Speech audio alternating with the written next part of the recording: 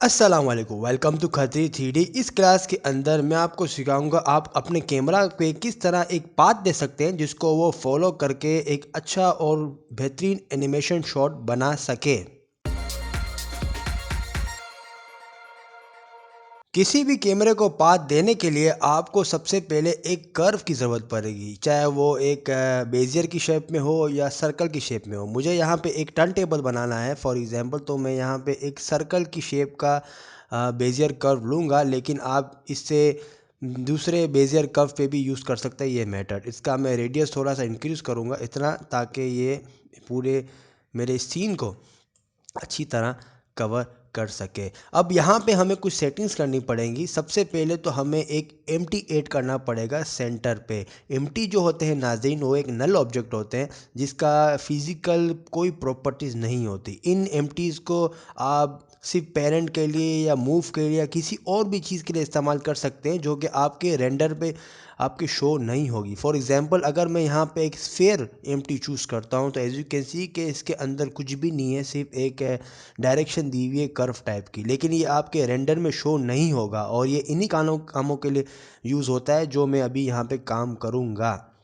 अब नाजरीन, मुझे इस कैमरे को इस एम्प्टी के सेंटर पे रखना है, और ताकि हम इन दोनों को पेरेंट कर सकें इस सीन को बनाने के लिए, इस कैमरा को इस कर्व को पाथ देने के लिए, इस कैमरा को पाथ देने के लिए। सबसे पहले या तो मैं ये कर सकता हूँ कि इस कैमरे को मैन्युअली यहाँ पे प्लेस करूँ, जो कि मैं नहीं करूँगा, या यहाँ पे हम इसकी लोकेशन वगैरह ज़ीरो ज़ीरो करके सेट कर सकते हैं। लेकिन एक शॉर्टकट तरीका मैं आपको बताऊँगा, जो कि आपका जहाँ पे भी आपका ये 3D कर्सर होगा, यहाँ पे आपका ऑब्जेक्ट आ जाएगा। आल्ट दबाइए और जी दबाइए और आपका यहाँ पे कैमरा आपका सेंटर पे आ जाएगा। इस एम्प्टी को मैं थोड़ा सा बड़ा करूँगा, इससे कोई ताल्लुक़ नहीं है जो हम यहाँ पे करेंगे, सिर्फ एक विजुअली के लिए।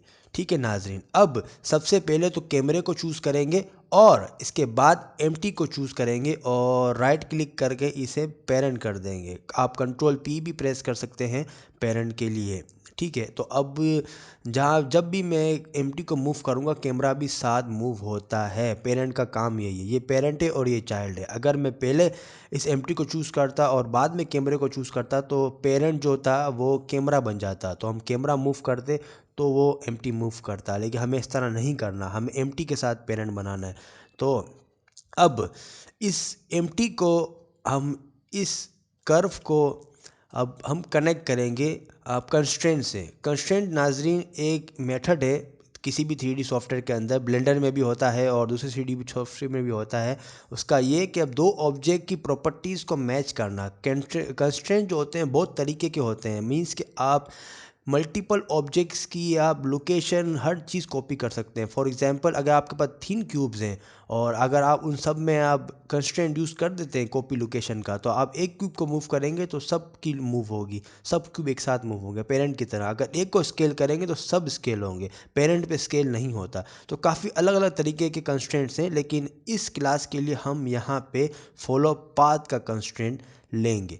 ठीक है, जब इसको फॉलो पार्ट्स आपका मेक श्योर कि आपका सिर्फ ये सेंटर वाला एम्प्टी सेलेक्टेड हो और आप यहाँ पे फॉलो पाथ कर दीजिए, और टारगेट जो है आप इसका ये बेजियर कर्व सर्कल सेलेक्ट कर दीजिए। जैसे आप सर्कल सेलेक्ट करेंगे तो यहाँ पे सेट होके इस कर्व के साथ यहाँ पे सामने आ जाएगा। अब यहाँ पे कुछ सेटिंग्स हमें करनी है। सबसे पहले तो फिक्स पोजीशन को सेलेक्ट कर देंगे और फॉलो कर्व को सेलेक्ट कर देंगे। फिक्स पोजीशन का मतलब ये है कि जब हम इसको ऑफसेट करेंगे तो ये एक ही जगह पे फिक्स रहेगा। आप इसको बगैर भी कर सकते हैं, लेकिन सम टाइम्स ऊपर नीचे ये हो जाता है, और फॉलो कर्व ऑप्शन को चूज़ करने पे ये सही तरीके से यहाँ पे कर्व को फॉलो करेगा। अब नाजरीन, अब यहाँ पे जैसे ऑफसेट फैक्टर करेंगे तो यहाँ पे ये जो एम्प्टी है हमारा इस कर्व को फॉलो करेगा। नाजरीन, अगर इसकी जगह पे मैं एक नॉर्मल दूसरा बेजियर कर्व यूज़ करता तो उस इसी तरह वो फॉलो करता। ठीक है, अब हमें कैमरा इस बन की तरफ रखना है ट्रैकिंग के लिए, लेकिन अगर मैं यहाँ पे इसको मैन्युअली रोटेट करता हूँ तो यहाँ पे ये सही से वर्क नहीं करेगा, एक अजीब तरीके से वर्क करेगा, और जैसे ही एम्प्टी मूव करेगा तो वो कैमरा मूव नहीं होगा। तो इस कैमरे के लिए भी हम कंस्ट्रेंट यूज़ करेंगे, वो है ऐड ऑब्जेक्ट कंस्ट्रेंट और ट्रैक टू। जब ट्रैक टू पे क्लिक कर देंगे तो यहाँ पे मैं चाहूँ तो इसको मैं यहाँ पे 3D मॉडलिंग के जो ये पार्ट्स हैं, बन और बर्गर, इस सब को मैं ट्रैक करवा सकता हूँ, लेकिन मुझे पूरे बन को यहाँ पे ट्रैक करना है। तो मैं यहाँ पे शिफ्ट ए दबाऊँगा और एक और मैं यहाँ पे एम्प्टी यूज़ करूँगा, जो कि इसको मैं ऐसी पोजीशन पे रखूँगा कि ये सेंटर पे हो। ओके नाजरीन, अब इस कैमरे को चूज़ करूँगा और जो इस ट्रैक टू कंस्ट्रेंट जो हमने यूज़ किया है उसका टारगेट जो है वो हम इस एमटी को रखेंगे, जो दूसरा एमटी है यहाँ पे। ठीक है नाजरीन, तो जैसे ही मैंने यहाँ पे टारगेट चूज़ किया, तो अब जब मैं इस वाले एमटी का मैं यहाँ पे ऑफसेट फैक्टर करता हूँ पाथ को, तो आप नाजरीन देखिए कि कैमरा अब ट्रैक कर रहा है, इसको फॉलो कर रहा है। अगर आप कैमरे पे यूज़ करें ज़ीरो दबा के अपने 3D के, ज़ीरो टू एंटर, तो यहाँ पे आपका एक टर्न टेबल सा बन गया है। अब आप कहेंगे कि ये तो मैं डायरेक्ट मॉडलिंग 3D मॉडल को ही टर्न टेबल करके मैं इसको कर सकता था, लेकिन आप इस मेथड से बड़ी अमेजिंग चीज़ कर सकते हैं, जो मैं अभी आपको इस क्लास के अंदर बताऊंगा। फॉर एग्ज़ाम्पल, अब एक एग्ज़ाम्पल मैं लेता हूँ कि अब मुझे इस ऑफसेट फैक्टर को मैं यहाँ पे एनिमेट करूँगा। ठीक है, अब ऑफसेट को एनिमेट करने के लिए यहाँ पे मैंने फ्रेम से 80 एंड रखी हुई है और स्टार्ट 1 रखी हुई है। ठीक है, 1 पे मैंने यहाँ पे इसको फॉर एग्ज़ाम्पल सबसे पहले तो मैं यहाँ पे कैमरे पे जाऊँगा और मुझे इस एंगल से स्टार्ट करनी है अपनी एनिमेशन। तो मैं राइट क्लिक करूँगा और इंसर्ट की फ्रेम रखूँगा। ठीक है नाजरीन, अब 80 पे चले जाऊँगा, या जो भी आपको फ्रेम सेट करनी हो। 80 पे थोड़ा स्लो होता है। अब 80 पे करने के बाद मैं इसको अगेन 0 पे कर दूँगा, ताकि उस पोजीशन से इस पोजीशन पे आ जाए, और अगेन इसे राइट क्लिक करके यहाँ पे इंसर्ट की फ्रेम कर दूँगा। ठीक है, तो अब यहाँ पे ये एनिमेट या यूँ हो के ये एनिमेट होना स्टार्ट हो जाएगा। यहाँ पे एनिमेट स्टार्ट हो जाएगा। इसको राइट क्लिक करके मैं इसका इंटरपोलेशन मोड लीनियर कर दूंगा, जिससे होगा ये कि स्टार्टिंग स्पीड सेम होगी और एंड स्पीड सेम होगी। इससे पहले स्टार्टिंग और स्पीड एंडिंग स्पीड सेम नहीं थी। तो ये यहाँ पे इंटरपोलेशन मोड आप अलग अलग कर सकते हैं, ज़्यादा इस पर कोई खास रॉकेट साइंस नहीं है। तो अब स्टार्टिंग स्पीड सेम है और एंडिंग की स्पीड भी सेम है, ये जो लीनियर हमने यहाँ पे इंटरपोलेशन मोड किया है। अब जो हम अमेजिंग चीज़ें कर सकते हैं वो ये कि फॉर एग्ज़ाम्पल अगर मैं यहाँ पे एक और ड्रैग करता हूँ स्क्रीन, और इससे मैं कैमरा मोड से आउट हो जाता हूँ, तो अब मैं चाह रहा हूँ कि कैमरा जब इस पोजीशन पे आ जाए तो कैमरा ऊपर हो जाए। तो हम ये अगेन 1 फ्रेम पे रहेंगे और कैमरे को एनिमेट करेंगे। कैमरे को सेलेक्ट करेंगे और आई दबाएंगे और लोकेशन रोटेशन स्केल करेंगे। आप लोकेशन भी कर सकते हैं सिर्फ, लेकिन ये मैं तीनों करता हूँ। ठीक है, अब एंड पे जो इसकी एमटी की जो फ्रेम है, यहाँ पे जाके मैं इस कैमरे को ऊपर कर दूंगा। अब इस मेथड का कमाल देखिए कि जैसे मैं इसको जी दबा के ऊपर कर रहा हूँ, तो कैमरा यहाँ पे ट्रैक हो रहा है, ऑटोमेटिक इस एमटी पे वॉच हो रहा है। ठीक है, अब इस पे सेलेक्ट करके अगेन मैं आई दबाऊंगा और लोकेशन रोटेशन एंड स्केल कर दूंगा। और नाज़रीन अब देखिए कि किस तरीके से यहाँ पे एनिमेशन प्ले होते ही कैमरा ऊपर होता गया और एक ब्यूटीफुल यहाँ पे ट्रांजिशन बनना स्टार्ट हो गया है। तो ये अगर हम अलग मेथड से करते, दूसरे मेथड भी हैं कि डायरेक्ट आप एक है ना मैन्युअली आप कैमरे को इस तरह मूव करते, तो आपको यहाँ पे ज़्यादा टाइम लगता कंपेयर टू आप जो ये मेरा वाला मेथड है ये यूज़ करें। तो नाज़रीन, जो बेसिक एक्सप्लेनेशन है कैमरा ट्रैकिंग की थ्रू इसको पाथ दे के, वो इसकी ये है। अब हम जो करेंगे इसको एनिमेट करेंगे और इसको एक्सपोर्ट करेंगे। एक्चुअली ये एक रिक्वेस्ट थी, जो कि दो रिक्वेस्ट थी कि कैमरा को एक पाथ किस तरह देते हैं और इस पे इसको फिर मूवी किस तरह बनाते हैं, इसकी शॉर्ट क्लिप की मैंने अपने कोर्स के अंदर क्लास बताई थी, लेकिन लोगों ने शायद देखी नहीं है, तो मैं अगेन आपको बताता हूँ। एक चीज़ का बहुत ध्यान रखिएगा नाजरीन कि जब भी आप कैमरा ट्रैक करेंगे तो यहाँ पे -G और Y डिफ़ॉल्ट सेटिंग्स है। उमूमन तो डिफ़ॉल्ट सेटिंग्स काम कर जाती हैं अगर आप दोनों तरफ से आप ये एमटीज़ यूज़ करें, तभी मैं एमटीज़ यूज़ करता हूँ। अगर आप डायरेक्ट ऑब्जेक्ट यूज़ करेंगे तो शायद आपको जो है वो यहाँ पे इन सेटिंग्स को छेड़ने की ज़रूरत पड़ेगी, जो कि बहुत ही टीडियस हो सकता है। तभी मैं यहाँ पे एमटीज़ ही यूज़ करता हूँ ट्रैकिंग के लिए। तो चलिए आप अब हम सीखते हैं कि एक एनिमेशन के बाद क्लिप किस तरह बनाई जाती है। ठीक है नाज़रीन, अगर आपने अगर यहाँ पे लाइटनिंग वगैरह चेक कर दी है, मैंने यहाँ पे लाइट्स वगैरह सब हाइड की हुई हैं। अगर मैं इसको ऑन करता हूँ तो यहाँ पे लाइटनिंग वगैरह सब यहाँ पे है। ठीक है, और यहाँ पे शेडिंग पर अगर मैं चला जाता हूँ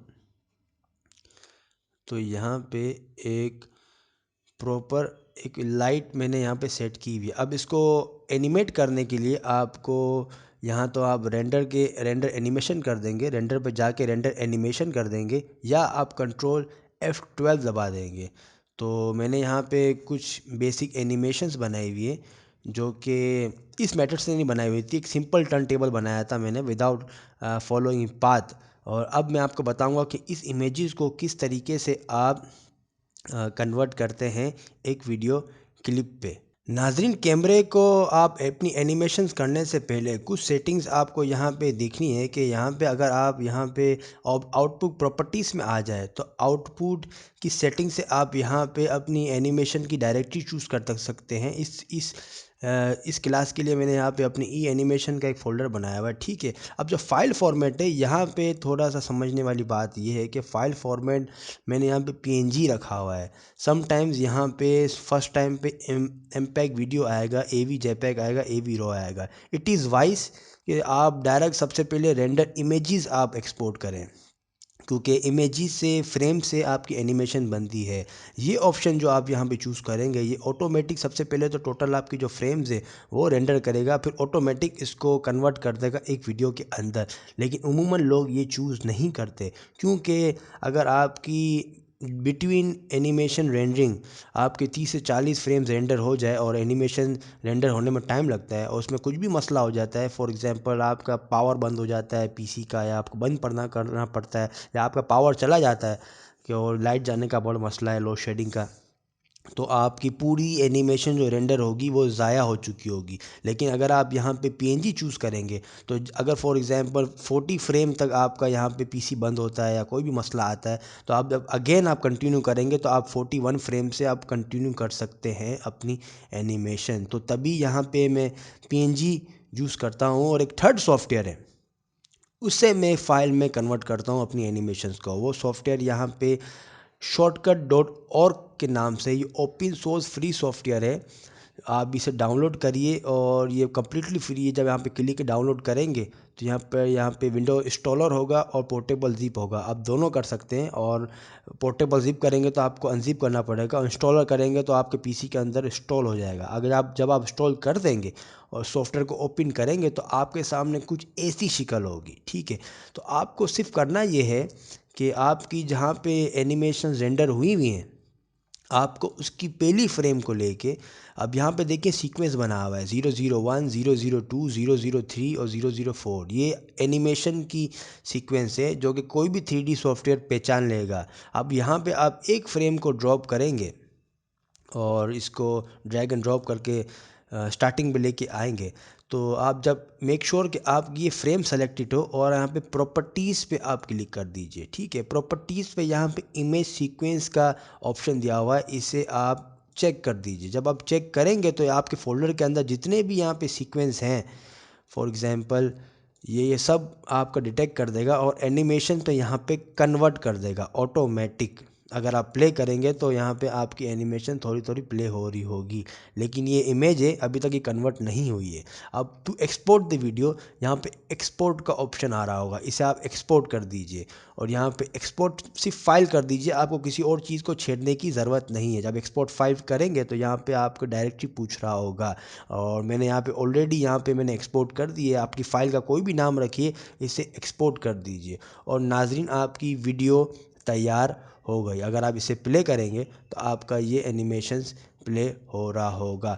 सो डेट्स इट नाज़रीन, यहाँ पे इस क्लास को मैं यहीं पे ख़त्म करता हूँ। इस क्लास के अंदर मैंने यहाँ पे सर्कल यूज़ किया हुआ है एज आ कैमरा ट्रैकिंग। आप कोई भी चीज़ ट्रैक कर सकते हैं। आप बेजियर कर्व की आप दूसरे कर्व भी आप यूज़ कर सकते हैं, सर्कल, बेजियर। अगर आप बेजियर अप्लाई करते हैं तो अपनी खुद की पाथ बना सकते हैं और उसे आप कंस्ट्रेंट से आप यहाँ पे इसको एनिमेट कर सकते हैं। कंस्ट्रेंट बहुत कमाल की चीज़ है, आप इस पे रिसर्च करिए, प्रैक्टिस करिए, आपको आगे बहुत काम आने वाला है एनिमेशन के अंदर। कंस्ट्रेंट ज़्यादातर एनिमेशंस के लिए ही इस्तेमाल होती है। सो नाजरीन, डेट सीट अगली क्लास के अंदर मिलते हैं। अपना अपना बहुत बहुत ख्याल रखिएगा। अल्लाह हाफिज़।